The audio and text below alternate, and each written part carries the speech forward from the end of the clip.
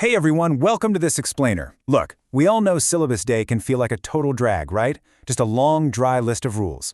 But today, we're completely flipping the script. Think of Mr. Saunders' ELA 9 syllabus, not as a bunch of boring restrictions, but as your ultimate strategic playbook. If you want to actually win this academic year, and, really master the material, you've got to know the rules of the game. So let's get into it. The field you'll be playing on this year? Lee's Summit North High School ELA 9. Right there in room 2119. And let me tell you, this environment is built for some serious growth. Mr. Saunders has designed a curriculum that goes way beyond just reading a couple of books. It's this totally immersive space where you're going to develop your ability to read deeply, write persuasively, and research like a pro. But most importantly, you're going to learn how to think critically as a citizen in a global community. To conquer this class, we've broken the playbook down into 4 quick sections. We'll cover the gear, the scoreboard, the clock, and finally, what's considered out of bounds. All right, Section 1, the gear. These are the materials you absolutely need every single day. Okay, let's dive into this checklist. It's short, but man, every single item is completely non-negotiable. First up, you need a fully charged Chromebook. And a quick pro tip here, bring your charger to school each day just in case. Having a dead battery is definitely not an excuse to just sit on the bench. Second, grab a composition notebook. Now this is absolutely crucial. This notebook is to be used only for this class. You really want a dedicated space for your ELA 9 thoughts, not some messy binder you share with math and history. And finally, the basics. Bring your writing utensils. That means a pencil, a pen, and a highlighter. Bring those 3 things every single day, and you're already setting yourself up for a win. Moving right along to Section 2, the scoreboard. Let's talk about how grading actually works here. So your grade is essentially just an accumulation of points from things like assignments, assessments, and reading projects. But look at this split. A massive 90% chunk of your grade comes directly from your semester coursework. The final exam, it's only worth 10%. So what does this actually mean for you? It means consistency is literally everything. You can't just slack off for 4 months and then expect some last-minute Hail Mary on the final exam to save your grade. That's just not going to happen.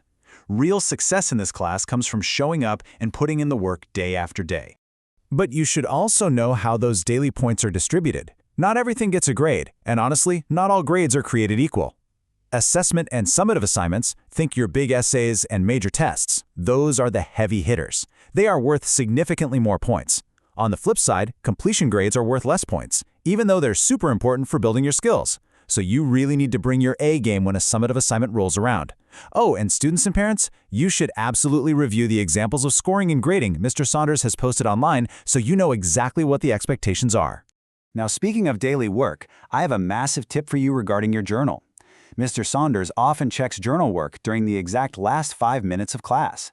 He assigns grades based on this daily work, but get this, he doesn't actually put it into PowerSchool until the week before final exams. So depending on how you use your class time, that huge bulk entry right at the very end of the semester is either going to be a massive boost to your grade or a really painful hit. Just know that the daily journal work scoring grades are also online. Seriously, use your class time wisely to knock these out so you get that sweet end of semester reward. Okay, Section 3, the clock. We need to talk about deadlines and late work.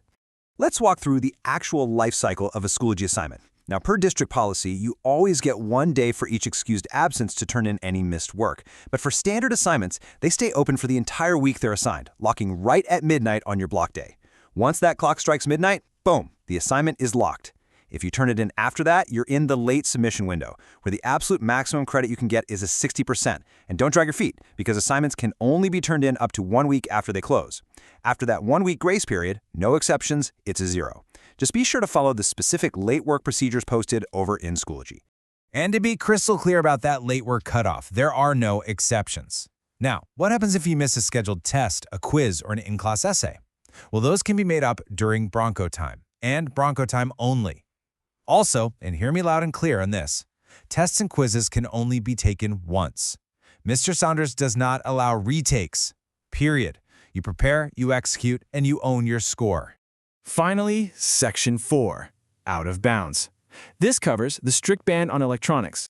This rule isn't just a personal classroom preference, it is literally the law.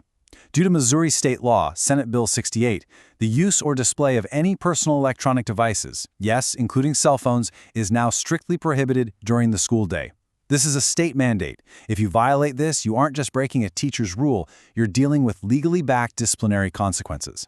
So sear these times right into your memory. 7:25 a.m. to 2:18 p.m. Bell to bell.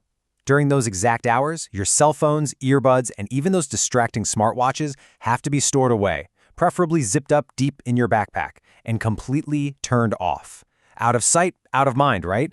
That way you can actually focus on your growth as a thinker and a writer.